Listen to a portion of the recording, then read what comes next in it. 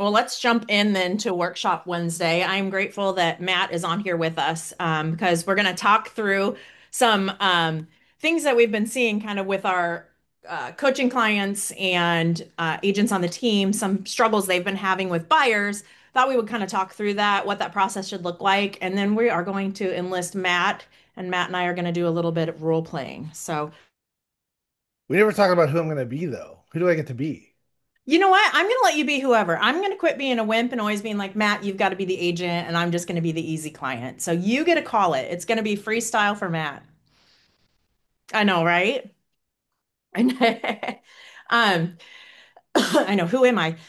Anyway, so today, I was sitting there thinking about what are some of the challenges that our agents have had lately that we've been having discussions around, and how can we bring that to our CTC call to help you guys better improve your skills and kind of hone in on some things. We talk a lot about the discovery process.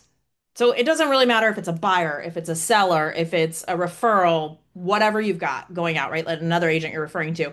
There's a discovery process. So you're going to have conversations. What's important to them, understanding pain points, and really getting to knowing them without seeming creepy, of really being like, so, what do you like to do in your free time?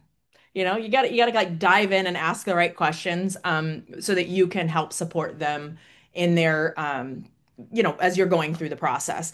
And that all starts with we're gonna focus on just buyers today, but with buyers, that all starts with a proper buyer consultation. So in our world, we have a pre-printed buyer consultation that we use, and it's more meant as a guide to help our agents walk through the buying process with their buyers to help the buyers understand. But we also want to plant seeds in there that is going to attack the objections that they may have before the objections come up. So this is preemptively talking about those objections so that instead of you being on the defense, you're on the offense. You're putting those out there early and addressing those early so they can't come up as an objection. If you guys think about you go to the doctor and you have your preventive exams because you want to be ahead of the game, right? It's the same thing with your real estate business. You're practicing scripts, understanding objections, and then addressing those objections as part of your presentation versus reacting to them when they come up. How many of you that are on here right now, give me like a emoji or raise your hands or whatever. How many of you sit down and do an actual buyer consultation with your buyers? Every time. Yeah. And Matt, you say every time. Why do you choose to do that? Because the 15 minutes that we spend today save us hours later in frustration, looking at the wrong properties, not understanding like the process. And all frustration comes from unmet expectations. So it's really like when we say it's a needs analysis, it's really an expectations conversation. So they can begin to understand like what to expect from us, and then we can help them understand what we can expect from them. Right. So it's a two-way street. And this is one of the number one ways that we begin to establish control in this process. Yeah. Right. Establish control without them recognizing that you're establishing control.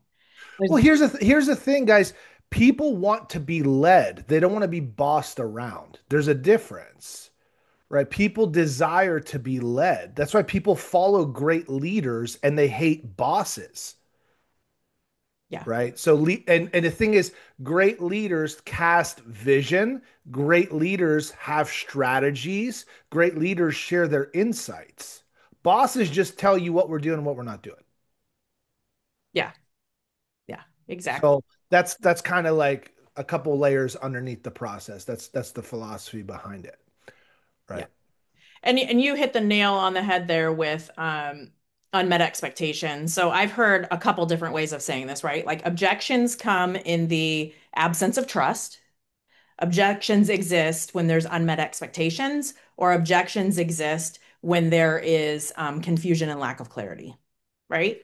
That's where objections exist. You can't necessarily build the trust right off the bat, but if you're confident, you have a process, you're just following it, that does build trust with them. And then that process is removing the those, like setting the expectations early so that they know what expectations you're going to meet and they need to meet. And then it provides that clarity that they need so that they know exactly what to expect as they walk through that process. So that's same thing with us. We do the buyer consultation, not so much so that we can educate our buyers as much as to like help them feel that clarity that we are working as a partnership together and that we can have those conversations. We can attack those objections and like questions that they have early on versus in the heat of the moment. Because usually when you're sitting down with them in a buyer consultation, it's an unemotional process at that point. They don't have a lot of interest vested into this process yet. They haven't gone through a lot of times the pre-approval process. They haven't looked at a ton of homes. They haven't found a home that they want to jump on right now. So the emotional attachment at that point is a lot less, and you can plant those seeds so that when the emotions start flowing and coming in, then you're better able to help them and guide them and lead them to the conversation. So some of the things that we talk about in our buyer consultation is obviously just the process and what to expect when. I like our consultation kind of dives a little bit deeper into things like what's an appraisal, what's an inspection, but I don't dive into that in the consultation. I will tell them like this is a reference tool for you. We're going to kind of hit the things that are important and you guys can read more about it later if you want to dive into this, but just kind of this is what we can expect for the process. But one of the problems that some of our agents are having right now is their buyers are running them ragged. So they're going and looking at 10 or 15 houses at any given time. And my question has become, why are you showing 15 houses at a time? No one can differentiate what they've seen in each house. By the time they get to house 15 and house one, they cannot figure out how to narrow that down and pick one. You give them so many choices, they're going to pick nothing. They're going to be overwhelmed. So, my question number one would be why are we picking so many houses? Now, there's a few instances where maybe this is just a must have situation. You have an out of town buyer, they're only there for a day. There's like a lot of different neighborhoods they're trying to figure out, right? There's exceptions to the rule. But as a general rule, I limit it to five. Five. Because if we get any more than five, you are going to have a really hard time making a pick out of any of those. You're going to be overwhelmed and you're going to feel like you don't even know what you saw. Everything is going to blur together. And then of those five, we've talked about this process before. Every house we go see house number one. When we go to house number two, we say, which is it? One or two? If you had to pick one of these two houses, which is it? And if they say one, then we eliminate two and we go to three. And now it's one and three. Which house is it? And then you eliminate. So you're always having that top one at the top or having them rank them so you know what's at the top. So they're only comparing against one instead of comparing against all five. But that is, have you guys, are any of you using a limited strategy in terms of we only show five houses at a time or six houses at a time? Can I pick on you, Ramil, and have you unmute for a minute? Ramil probably hates when I lead because I'm always like, Yeah. Ramil, but Ramil is really doing great things here and he works a lot. I know you're working more with sellers or shifting to that, but Mhm. with buyers, what's your strategy that you kind of use for that, Ramil? For showings. Yeah, for showings and kind of limiting those. Yeah. I mean, we always have a list. They're set up on searches. I'm sending them houses or they're sending me houses. And so I always have them, if they're sending me houses, I just create that list for them. And yeah, at the buyer's consultation, and even when we're setting up showings, I always tell them, let's split them up. Let's do it in 2 days. And I explain it just, because of that. Mine is usually five is good, but I usually do four. Um, and I tell them, you're not going to remember it. And even when we're doing the four, people are like, by the time we get to the fourth, they're, already hitting that fatigue of going to houses and things like that. And so in those moments, I'll also bring it up again, like, hey, remember this is why, we split them up. And then I'll rank them since we are splitting them up. I know some people are gonna may feel like, okay, what if we miss out on it? Things like that. So I'll just rank them and say, okay, we're gonna split these up. Which ones do you want to see first? Right? What's the top of your list? Let's knock those out today. That way, you don't have FOMO and feel like it might go under contract, whatever the case may be. but yeah, I split them up. Usually do four. Um, there are those situations, where you have to. The most I've shown in one day was 18. And those are just days you suffer through and survive. But yeah, for the most part, just yeah, four is if any more than four, we're splitting them up for sure. Yeah. Yeah. Don't you love when you do more than four or five and then you got to give all your feedback and you're like, I don't even know what my feedback should be because I can't remember which movie I looked at. Yep. It gets to be a lot. It gets to be a lot. Yeah, and I think Matt, you used a method too that was regarding, was it you maybe that I heard this from about showing like worst to best, best to worst? Best to worst. Okay. Yeah, psychologically. Even if it's out of the way, and just think about the mindset of the buyer. Like, so let's say you set up your list and you just do it geographically closest to furthest, or however you set up your tour, and you don't really take a look at it priority wise. So they go into number one. You said, what is it? Do you like number one? Yeah, we like it. Number two, it's okay. Number three, oh, we like it the most. And then number four, that's actually even better than number three. And then number five, oh my gosh, it's the best one. And you're like, awesome, let's write an offer on number five. And they're like, well, we can't stop now. Every single one we go to keeps getting better. Oh no. As opposed to starting with the best one first and then working your way backwards and finishing with probably the least candidate. Then they're like, okay, we don't have to see anymore. They keep getting worse. Yeah. Like right now it's between one and three. One and three. What are we doing? Okay, one. Let's go with one and then three, right? So psychologically just help them by clarifying and making it easy. Yeah. Yeah. The theme of the day, right? The theme of almost everything we talk about is psychology. You didn't know when you signed up to sell real estate that you were actually signing up to use psychological techniques to get people to do what you want them to do, not what they help them get to the decision that they want to get to. But there's so much behind what we do is how we say it, what we're saying, and when we're saying it. Right. I was just so interesting thing to consider, right? I was watching this a business podcast, and we were talking about right now one of the most profitable. Well, what would you guess is one of the most profitable food franchises out there right now? Most profitable. If it's based on my family, it's Chipotle. Chick-fil-A. Chick-fil-A. Yeah. Chick-fil-A is a good guess. It's similar. Raising Cane's. Raising, I was gonna say Raising Cane's. Yeah, Raising Cane's. Why? What do they offer? Only chicken. You get chicken strips or chicken strips. That's it. You get one choice, and there's always a freaking line, and they're open on Sundays, right? They're one of the most highest profitable franchises, and their sauce isn't even that good, because they can control their costs. It's easy, it's fast, they set expectations. Costco is the same way. Why is Costco so great? Because you only have two choices or one choice. You want ketchup or ketchup?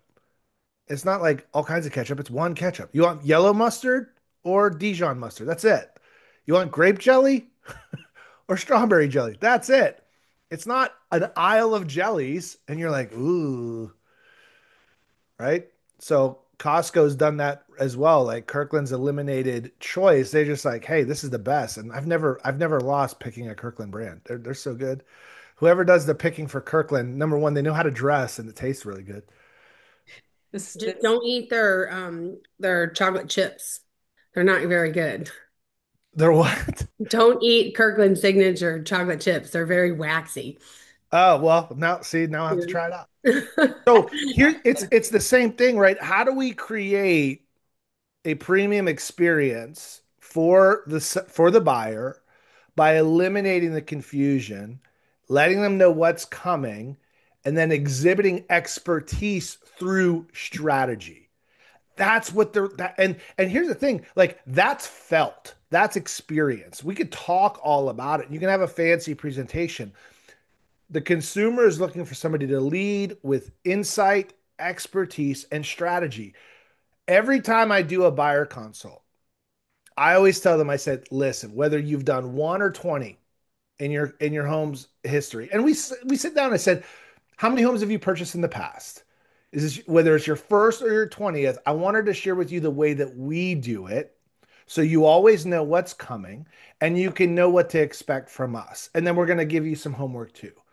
And I said, so at first, it's going to seem like we're going to start from the basics, but we're going to move quickly. And I said, the worst question is the one you don't ask me because you think because you think I think you should know about it. And so what I'm really right now, I'm talking to the men on the call because they want I don't know what it is. There's something biological in us that doesn't allow us to either ask for directions or admit that we don't actually know. And so I make it okay for them and I say, "Listen, I know you probably know all of the things that we're going to cover. I'm going to go over it anyway so we're all on the same page." And the guys secretly are like, "Thank you." Because I've had several times that they stop and they go, "Okay, pause. No one has ever taken the time to explain it the way you explained it. Number one, we feel so relieved right now. So much stress has been removed after this conversation. Thank you." And then number two, now we're really excited to move forward.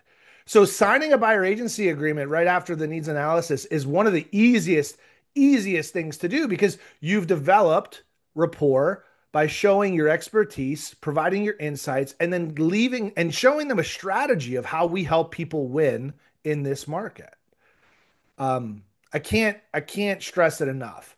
One of the biggest mistakes that we can make, especially with friends and family, is not taking them through this process because they're our friends and family. So we just want to hey, yeah, come on, let's go. Let's just jump in the car and go. That's one of the biggest disservices you can make for somebody because it's actually your friends and family that we need to go all out with the process because they know us pre-real estate. And the version of Matt in 2000 at New Year's Eve isn't necessarily the guy that you want to refer business to. I'm a different guy now. However, Millennium Matt is not the same Matt as Regional Director Matt, right? So the process matters. And when you can show your friends and family that, hey, this is what everyone that you send me can expect to receive, your referrals are going to go up. And even when we were talking about practicing your listing presentations to your friends and family, it's one of the things I share with Ramil is the people in your world that are number one, the most influential, and your friends and family, these are the ones that you got to get in front of so they can see the difference of how you show up. And then now they're going to go, okay, I can refer my people to you. So my financial advisor, my accountant, all of my high net worth friends, I had to get in front of them. And I would ask them for a favor. Hey, I'm working on putting together a new presentation. Would you do me a favor? Could you give eyes on it? I'd love to get your feedback. And they go, sure, absolutely. Anything, dude. And I would do that for them. And guess what would happen? The referrals come because they go, all right, if this is how you do it, now I can send you my golfing buddy that's making 800,000 a year. I can send you the guy from the club, or I can send you my fraternity, but that's how that works. Don't skip this part of the process with the people that you're closest to. That's the biggest mistake you can make. Yeah, agreed. Okay, so wrapping up real quick around the buyer consultation, then I want to jump into inspection expectations, and then we can hopefully have a few minutes to script. I think you hit a couple points really hard that I just want to reiterate. The professionalism, going into things with confidence, right, is going to build that strategy for you. And then, or build that, sorry, I don't know. I'm seeing my mom and it threw me off. Going into it with confidence is going to build that trust with them. If you just are confident this is the way we do things, there's not going to be any doubt in their mind. Uh, I like that you call it a needs analysis, that you're going into it. You talked about giving them homework. We talked about this in a previous conversation a few weeks ago. Homework, giving your clients homework is essential and calling it homework or something of that nature. Like I've got a task for you to follow up on because professionals do that. You don't walk into your CPA's office and just say, "What up? Let's have a conversation." You come prepared. You have homework. You have information. Same with financial planner, those kind of things. So giving them homework. And then, yes, going right into part of your consultation process at the end, your next step is always to get that BBA signed. And always working towards, this is one thing that Justin Nelson says that I love is we're not trying to get to the end step. We're just trying to get to the next step. Do it one step at a time. So your consultation, the next step, the goal of that is to get your BBA. Once you have your BBA signed, the next step is to find them a house and get them under contract. So there's always a next step. Okay, and then I wanted to go into inspections because along with like kind of controlling that conversation with the buyers, we're seeing a lot of issues with inspection. So right now, inventory's higher. We have and Des Moines, at least, we're in a neutral market. I know some of you guys are still in sellers markets. A lot of you have flipped to buyers markets. And so the inspection process is a lot different than it was even a year or two ago, where, a year or two ago it was like, do you want it or not? There were five other offers, so we could probably ask for maybe this or this, but I don't think they're going to give us very much more. Where now it's like there's some flexibility. Let's ask for some things. But I also feel like buyers have the unrealistic expectations on a lot of things that they are asking for. And I'm seeing a lot of agents just really having a hard time controlling that conversation. Had one example the other day, an agent that just literally buyer and seller are $900 apart and they can't bring it back together over $900. So what I guess I wanted to jump in with the inspection process. Again, it should be in your buyer consultation, but before your inspection, really talking your clients through this is what we're going to expect. There's going to be things that are on the report, helping them. Hopefully, you guys partner with good inspectors who don't make everything a fire drill. They be like we've got lots of inspectors that will rank like priority items. But just narrating that conversation around inspections, I think, can be vitally important too, so that you don't lose a deal over $900. There's how many of you guys had to throw in part of something to try to make a deal stay together? I mean, I have, and we shouldn't have to, right? If we're I navigating was the I conversation. was the king of fridges on Marketplace. Yeah, I knew how to get I could get you a stainless side by side. I can get you top bottom. I can get yeah, you a black or white for 400 bucks all day, every day. I yeah. was like, I was fridge inventory guy. I should have opened a fridge shop You probably should have. You probably should have. just to keep deals together. I would have called it like the deal duct tape Yeah. fridge shop. Yeah. I feel like uh I have probably given away too much in my past though. Like looking back, I can see if I would have navigated the conversation earlier, set expectations earlier, and just kept my mouth shut and not made that the option that was the first go-to to hold things together, that I could have probably made a lot more money than I did in the past. Like I'm not disappointed by that. I'm very value oriented. I want my clients to have, get to their end goal. But I think again, setting the expectation early makes it so we don't have to open up our wallet. We don't have to concede to things. We can help them navigate that situation and negotiate together. So yeah, go ahead.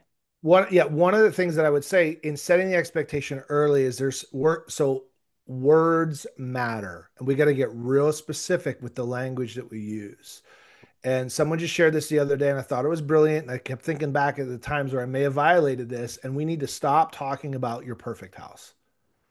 Like, we need to stop saying, my goal is to help you find the perfect house. Because when have you ever found a perfect house? Yeah. And what's the implication around a perfect house? A perfect house has nothing wrong with it. Every house has a huge list of things that are wrong with it. And so instead of saying we're going to help you find the perfect house, is we're going to go through this process to help you find the most ideal home. Yeah. We're going to help you find the ideal home with a minimal amount or a list of things that you're willing to take on. Because every home comes with a to-do list. Yeah. And when we do inspections, we're looking for three main things: major mechanical issues, structural, and environmental. Things that will make you sick and kill you, cost you 5 digits, or will cause the house to fall apart. Yeah. Other than those three things, we're going to find out what size of honeydew list you're willing to take on after that. Yeah. Fair? Cool. So And that's a real quick expectations dialogue that we have to help kind of de-arm and de-escalate the inspection resistance that we get from the buyers. Oh, and more importantly, the buyers' parents. oh, So let's just talk about that because we also have to coach the buyers on how to handle their parents. yeah, and I think it's also going to be a case by case basis on how you set those expectations. If I have a home that is just priced like ridiculously low, I'm going to maybe go in and say, okay, we've got, we had an offer that was ridiculously low and they accepted. I'm going to go in and say now they may not take a lot of items. They may not be willing to fix a lot of items because they conceded on the front end. But if I have a house that's really high, Maybe they paid more for it than I think they should have, but they were happy with that, whatever. I might say, hey, we might try and negotiate through this. They didn't give a lot of flexibility on the price, but this might be some way for you to, be able to get some of the additional things that you needed. So I think it's a case by case basis too. What did that initial negotiation process look like too? Okay, we have 2 minutes. Let's role play.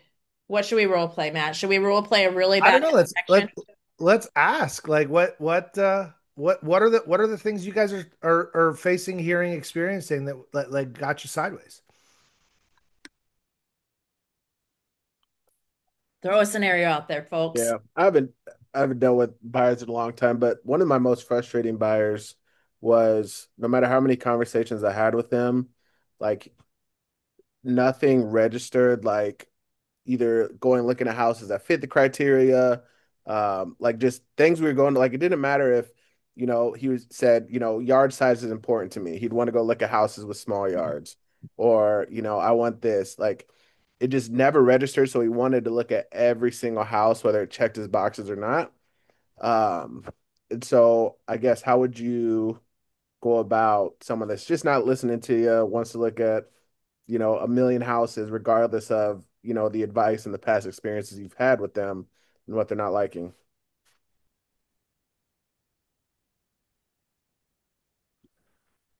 Um, I mean, without any more context than that, at the end of the needs analysis, I create a what are your 4 or 5 must-haves, like non-negotiables, must-haves, fenced-in yard, main floor living, 3-car garage, basement, finished or unfinished, but it's got to have a basement, extra storage and or expansion or X, Y, and Z. And then what are your would likes? And then, um, I mean, I had a client that was sending me all of these homes that weren't on our search. And I asked, I said, and they're like, why aren't you sending us these homes? And I looked and I was like, oh, they're 2-story homes. And they're like, so what does that mean? And I said, well, it means all the bedrooms are upstairs. And you mentioned that main floor living is the number one most important thing for you. And they're like, yeah, it still is. I said, great. That's why these homes aren't showing up on your search. They're like, but these look really nice. I said, I get that. Is main floor living a requirement for you? And they said, yeah, our parents are going to move in with us. They can't do stairs. I said, cool. Then none of these homes will work. And then they said, well, can we just convert the dining room to a bedroom? I said, it's possible, but you also said you want to entertain large families. So are you okay not having a dining room? Well, no. And I'm like, okay. So what would you like to do? Do you want to not number one, do you want to change your requirement or your budget? Because homes with main floor living that you're looking for are another 80,000 up. So we can do one of two things. Can you find another 80,000 or do we just need to wait? And they chose to wait.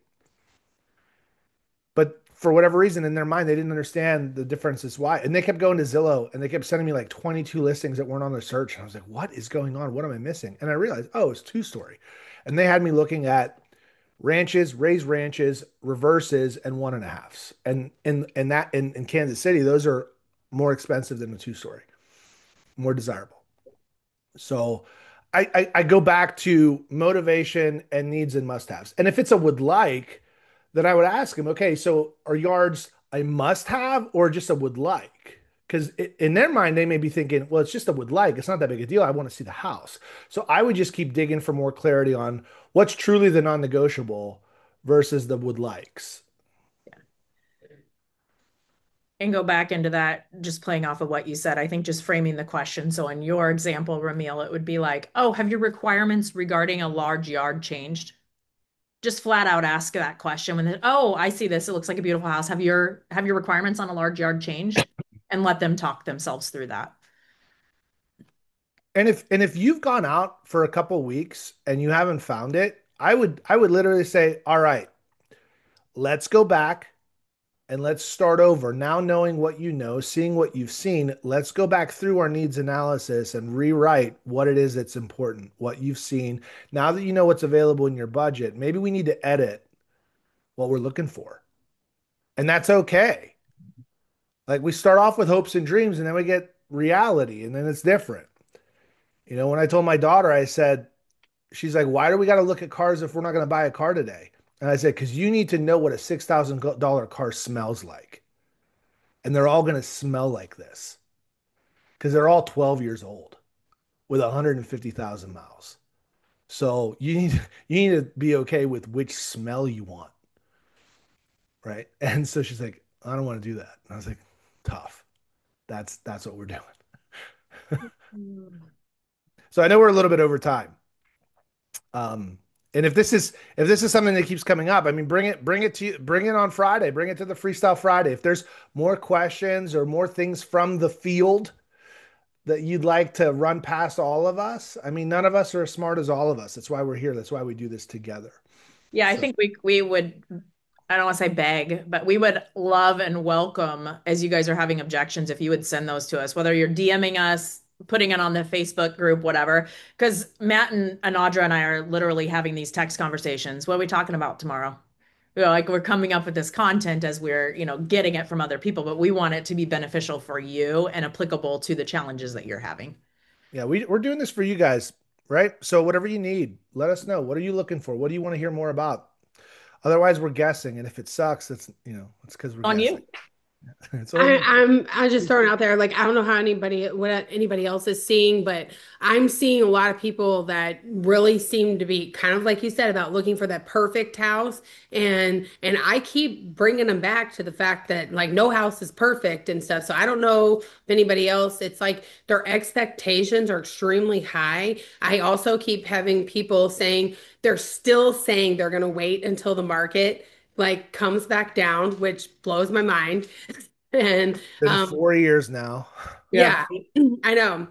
I also keep saying, like, I mean, they'll say to me, like, I want like 2019 prices and stuff. I'm like, great, me too, not happening, but I'm just, curious what other people are saying. And then obviously, like, people are saying stuff about the interest rates coming All right. down. I have a So lot. send all these You things. want me to send them to you, Yep, or do you send them want in a message and we'll tackle it all on Friday. We're going to create a list of buyers' objections and expectations and mindset going in for Friday.